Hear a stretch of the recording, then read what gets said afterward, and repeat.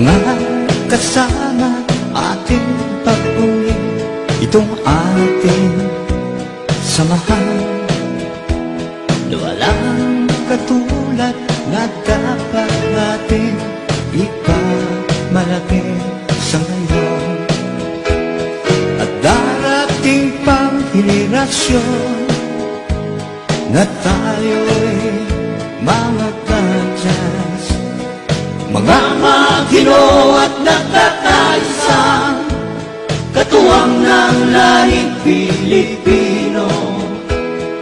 Magigiting at maalam na tagapagtanggol ng bansa at lipunan.